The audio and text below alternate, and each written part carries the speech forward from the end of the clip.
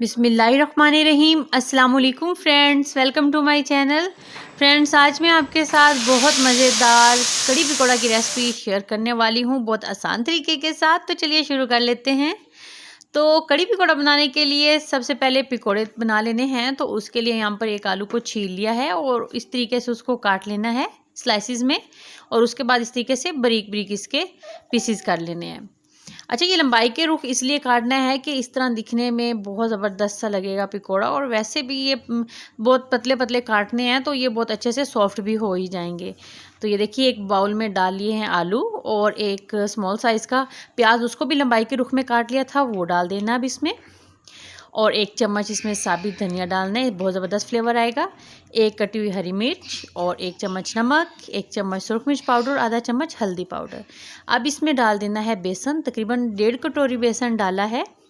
मिकदार कम या ज़्यादा जितना आप बना रहे हैं उस हिसाब से कर सकते हैं। और अब इसमें थोड़ा थोड़ा करके पानी शामिल करके इसका एक अच्छा सा बैटर तैयार कर लेना है। और बैटर जो है वो इस तरह होना चाहिए कि ये देखिए चम्मच पे ठहर गया है।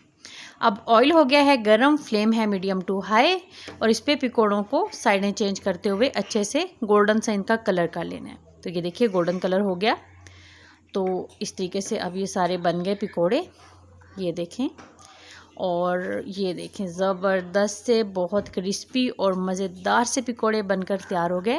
अब कड़ी बनाने के लिए लस्सी बनानी है, तो इसके लिए 250 ग्राम दही, 3 गिलास इसमें पानी के शामिल करने हैं और इसकी अच्छी सी लस्सी तैयार कर लेनी है। तो ये देखिए अच्छे से लस्सी तैयार हो गई। अब एक बाउल में 1 कटोरी बेसन और उसमें थोड़ी सी लस्सी शामिल करेंगे ताकि मिक्स करने में आसानी हो। तो ये देखिए मिक्स कर लिया, ताकि इसमें गुठलियाँ ना बने, इसलिए थोड़ी लस्सी शामिल की थी। अब इसमें थोड़ी थोड़ी करके और शामिल करेंगे और ये अच्छा सा मिक्स तैयार हो गया। अब बर्तन में सबसे पहले 1 बड़ा चम्मच कुकिंग ऑयल, 1 लार्ज साइज़ का कटा हुआ प्याज डाल देना है। जैसे प्याज लाइट गोल्डन हुआ, इसमें तेज़पात और 1 चम्मच ज़ीरा शामिल कर देना है, चंद सेकंड्स फ्राई करना है।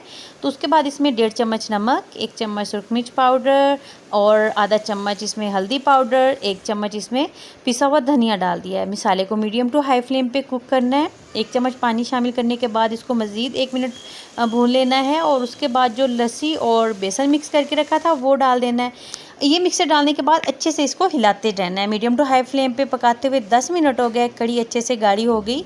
अब इसमें पकौड़े डाल देंगे और फ्लेम लो कर देना है, इसको कवर कर देना है तकरीबन 1 से 2 मिनट के लिए, ताकि पकौड़े सॉफ्ट हो जाएं।